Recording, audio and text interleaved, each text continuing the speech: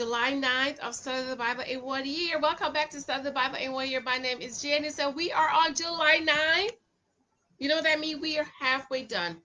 We studied the Bible in 1 year. Hopefully you guys are learning, and this is all making sense to you now. Some of these names are sounding familiar to you, and it's all making sense. And this is my fifth lesson for today. 5, 6, 7, 8, 9. Yeah, I'm on a roll. I just decided, you know what? I'm gonna just sit down. Today's Saturday, July the 11th, and just tape as many as I can. I think this might be my last one because you know it's about my nap time. No, it's early. It's 10:41. So this is my fifth lesson for today. I'm going to be posting 3 lessons a day until I catch up. I am still on vacation, but I should be back next week, maybe next Tuesday.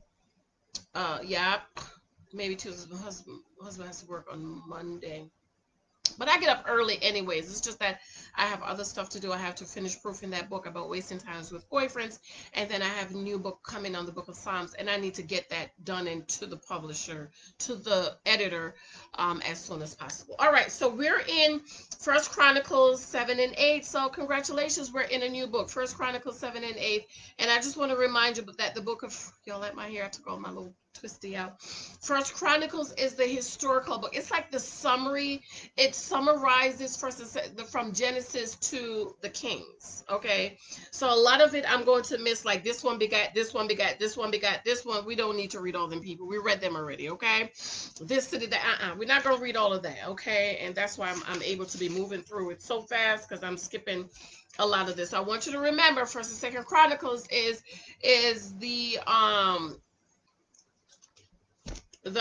it's like a summary of what happened from Genesis right up to the book of Acts. Okay, and then after Chronicles we're going to get into Ezra, Nehemiah, Esther, and these are the people. Some of the people are in exile, and Nehemiah, he's the one that rebuilt the walls of Jerusalem in 52 days.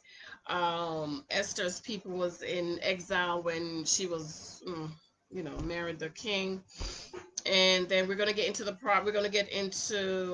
Job, and we're reading Psalms and Proverbs. We're going to get into Ecclesiastes, Song of Solomon, and then we're going to get into the prophets. Okay, the major prophets: Isaiah, Jeremiah, Lamentation, Ezekiel, Daniel, Hosea, Joel, Amos, Obadiah, Jonah, Micah, Nahum, Habakkuk, Zephaniah, Haggai, Zechariah, Malachi, and then we will be done with studying the Bible in 1 year. Yes. All right, so let's jump into First Chronicles chapter 8, but we're going to begin with Acts. Remember Acts? Paul is still speaking to King Agrippa, and King Agrippa said, "You trying to make me a Christian?"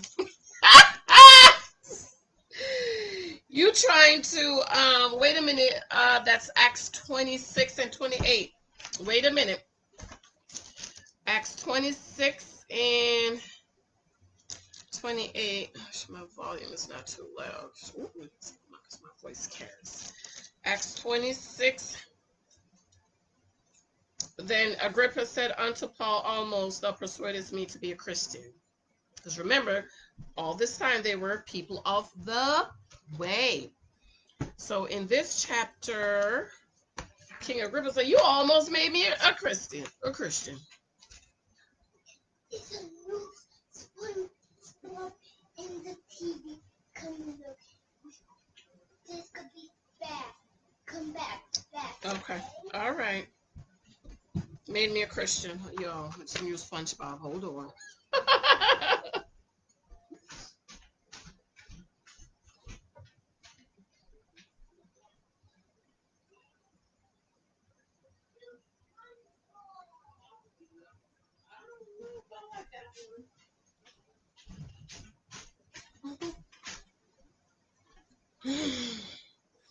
This thing I sprayed in my hair smells so good, y'all.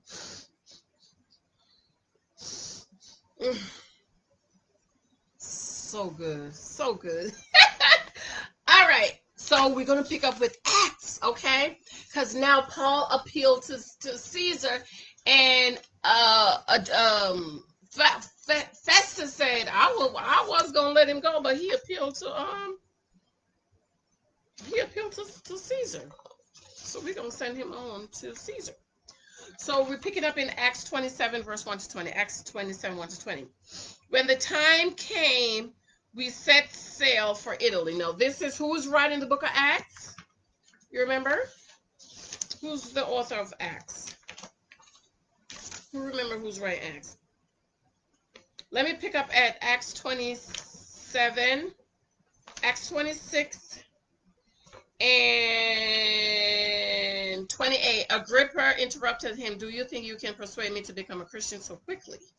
Verse 29 of Acts 26, Paul replied, whether quickly or not, I pray God that both you and everyone here in this audience might become the same as I am, except for these chains. Then the king, the governor, and Bernice, and all the others stood and left. As they went out, they talked it over and agreed, this man hasn't done anything to deserve death or imprisonment.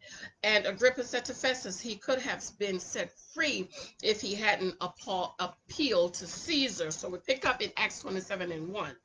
When the time came, we set sail for Italy. Paul and several other prisoners were placed in the custody of a Roman officer named Julius, a captain of the imperial regiment. Aristarchus, a Macedonian from Thessalonica, was also with us. We left, who is we?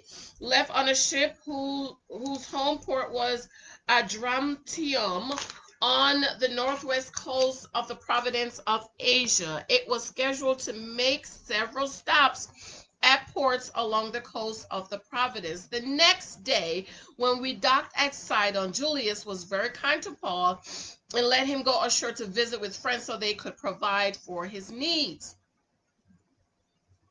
Putting out to sea from there, we encountered strong headwinds that made it difficult to keep the ship on course, so we sailed north of Cyprus between the islands and the mainland.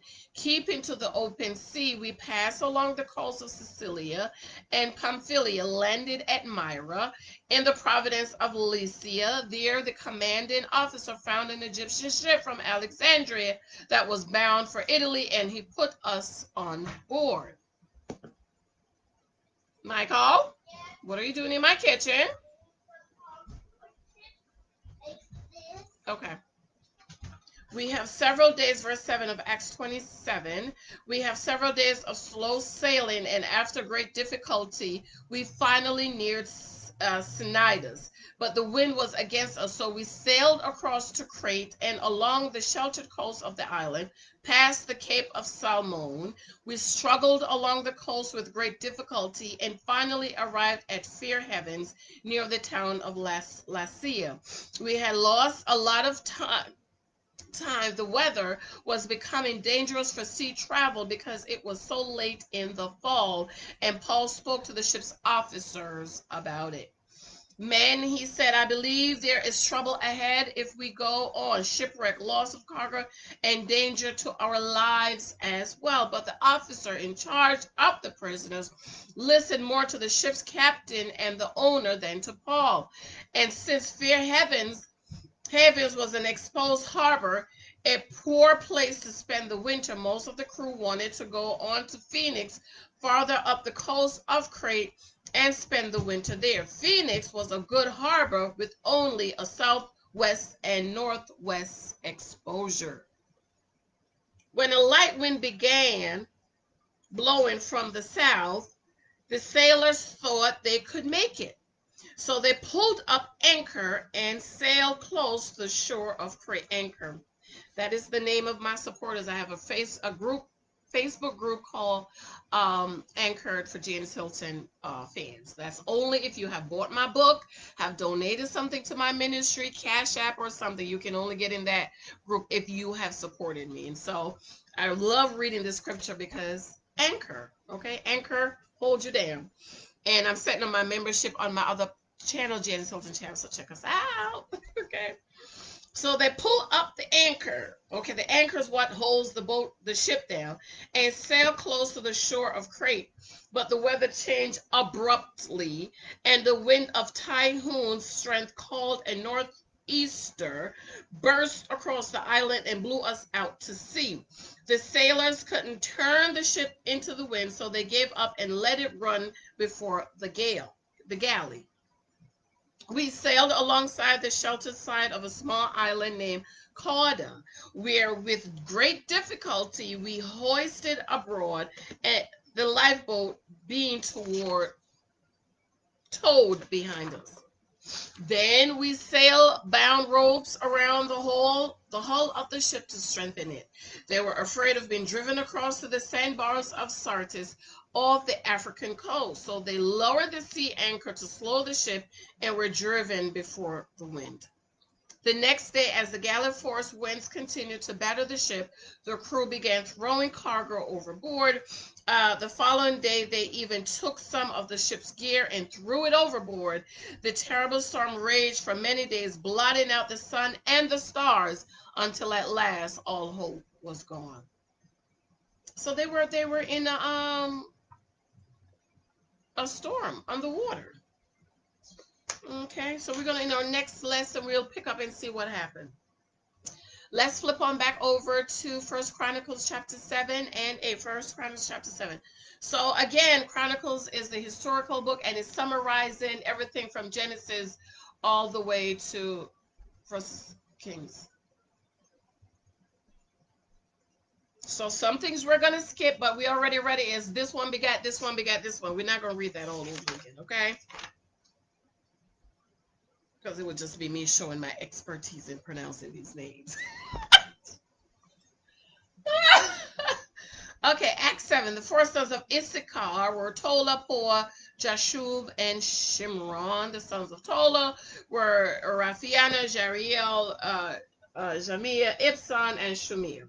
Each of them was the leader of the ancestral clan at the time of King David. The total number of mighty warriors listed in the records of these clans was 22,600. Okay, we're going to skip down to verse 4. All of them had many wives and many sons, so the total number of men available for military service among the descendants of Uzzi was 36,000. The total number of mighty warriors from all the clans of the tribe of Issachar was 87,000. All of them were listed in their genealogical records. So Issachar were warriors. Let's see what was the blessing Jacob gave to the sons of Issachar in Genesis chapter 49.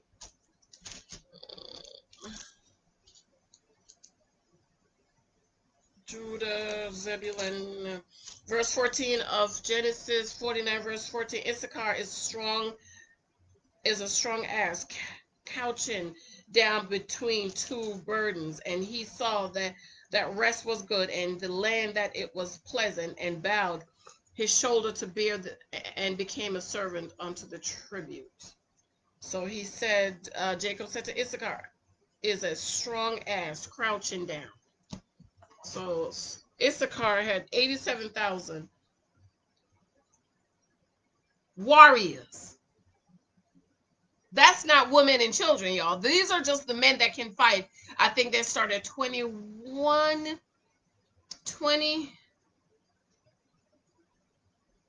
I think 20 to 50 or something, if I remember correctly.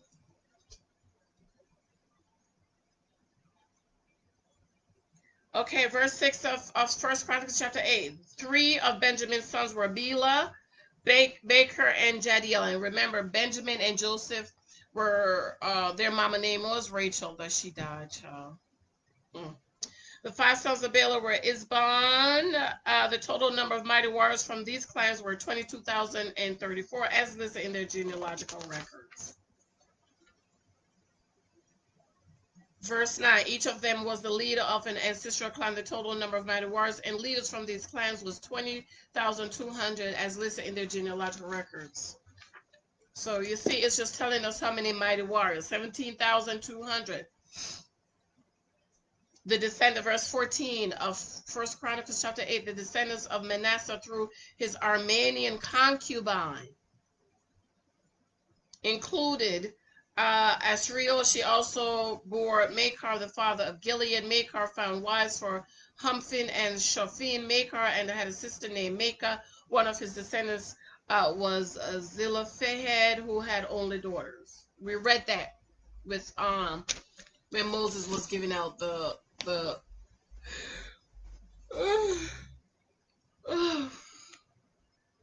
It's my nap time. It's 10:56. Skip on down to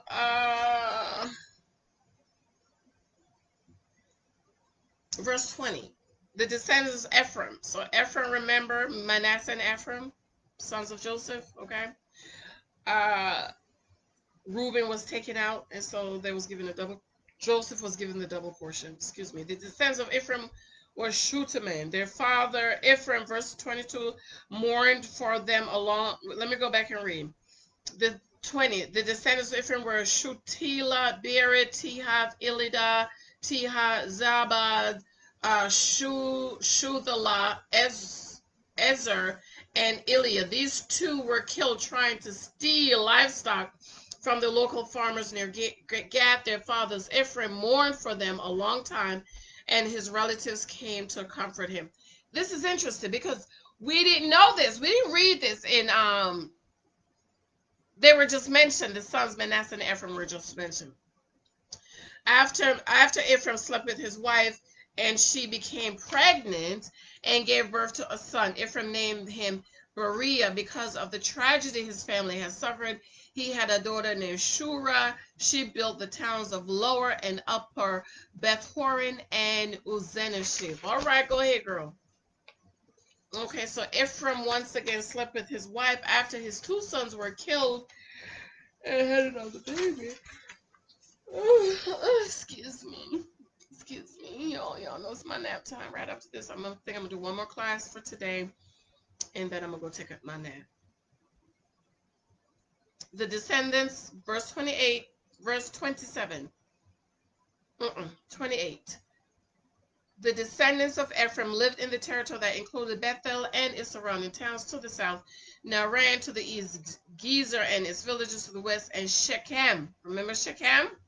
And its surrounding villages of the north as far as Aiah and its towns. Along the border of Manasseh were the towns of Bethshan, Tenash, Megiddo, Dor, and their surrounding villages. The descendants of Joseph, son of Israel, lived in these towns.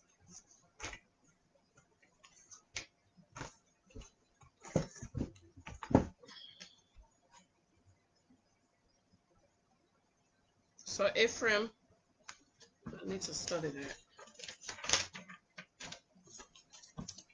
So that's First Chronicles 7, 23, 20 to 20. Okay. The descendants of Asher. We're not going to read all of this, y'all. See that?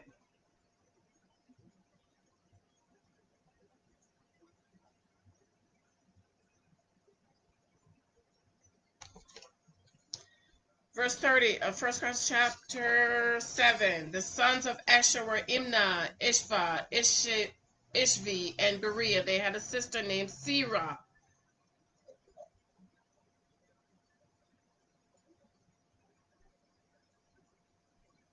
Interesting that they point out the woman, for those of you who don't think woman is important in the Bible and God don't want women to preach and all this bull crap.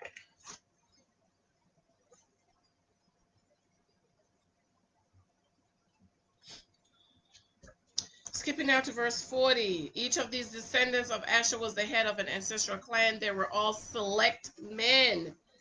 Ooh, select men. Okay, single ladies, mighty warriors, and outstanding leaders. The total number of men available for military service was 26,000 as listed in their genealogical records. Select men. Outstanding leaders, not bums. The descendants of Benjamin, First Chronicles chapter 8. Benjamin's first son was Bela, the second son Ashbel, the third was Ahara, the fourth was Noha, and the fifth was Rapha. We're not going to read it all.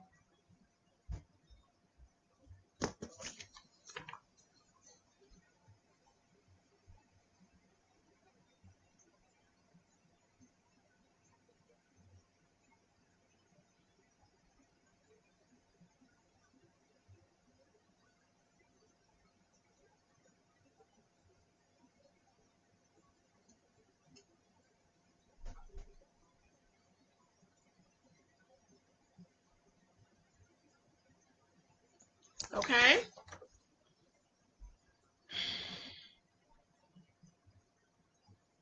Verse 28. We're gonna skip from verse 1, and all that you saw, you could see is just he said, who have, who have, who have, who have. Verse 1, these were the leaders of the ancestral clans. They were listed in their genealogical records, and they all live in Jerusalem.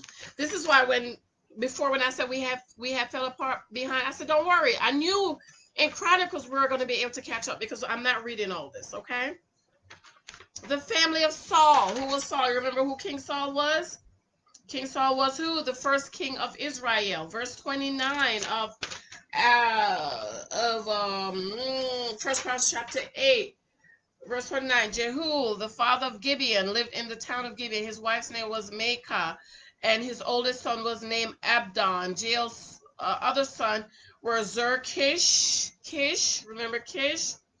Baal, Ner, Nadab, Dizor, Ahio, Zechariah, and Mikloth, who was the father of Shemean. All these families lived near each other in Jerusalem. Verse 33, Ner was the father of Kish. Kish was the father of Saul. Saul was the father of Jonathan, Malchishu, Abinadab, and Ishbaal.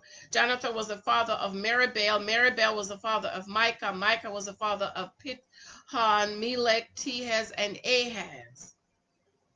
Okay, I'm not going to read it all, but there you go. That's First Chronicles chapter 8. That's the family of Saul, King Saul.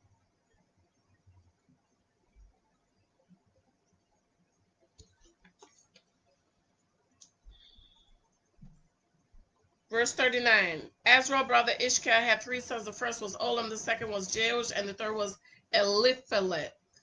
Olam's sons were all mighty warriors and expert archers. They had many sons and grandsons, 150 in all. All these were descendants of Benjamin. What was the tribe of Benjamin known for?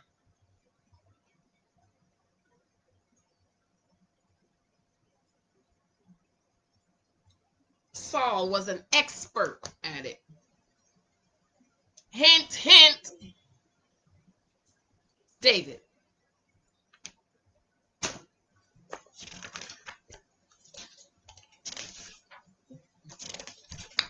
Psalm 7, just a reminder, the way the lesson is split up, it have us reading the book of Psalms twice for the year, okay? Psalm chapter 7, I come to you for protection, O Lord, my God, save me from my persecutors. Rescue me. If you don't, they will mule me like a lion, tearing me to pieces with no one to rescue me.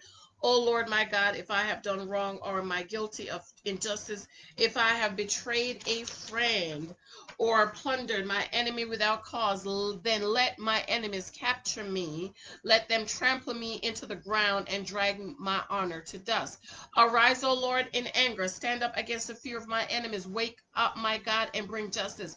Gather the nations before you. Rule over them from on high. The Lord judges the nation. Declare me righteous, O Lord, for I am innocent. O Most High, and the evil, those who are wicked, and defend the righteous, for you look deep within the mind and heart, O righteous God. God is my shield, saving those whose heart are true and right. God is the honest judge. He is angry with the wicked every day. Hello, honest judges. If a person, verse 12 of Psalm chapter 7, if a person does not repent, God will sharpen his sword. He will bend the strings, his bow. He will prepare his deadly weapons and shoot his flaming arrows. The wicked conceive evil. They are pregnant with trouble and give birth to lies. They dig a deep pit to trap others, then fall into it themselves. The trouble they make for others backfires on them. The violence they plan falls onto their own heads. I will thank the Lord because he is just. I will sing praises to the name of the Most High. Proverbs 18:22, the man who finds a wife finds a treasure, and he receives favor from the Lord. Hello, single ladies. The man, the King James said, he that finds a wife finds a good thing and obtain favor from the Lord. So you let him find you. He finds you, you choose him. He obtained favor from the Lord by the way he treats you. So ladies, be careful who you marry, because if he don't treat you right, guess what? The favor's not gonna run down from him, run down to you and then to your kids. Choose right, y'all. Choose right. Let me show y'all my book. I've been forgetting to show y'all. I've been rushing through these lessons. Books are available on Amazon or on my blog, Janice Sultan blog. And if you order something from me, you should be getting it this week. Okay? Should be getting it.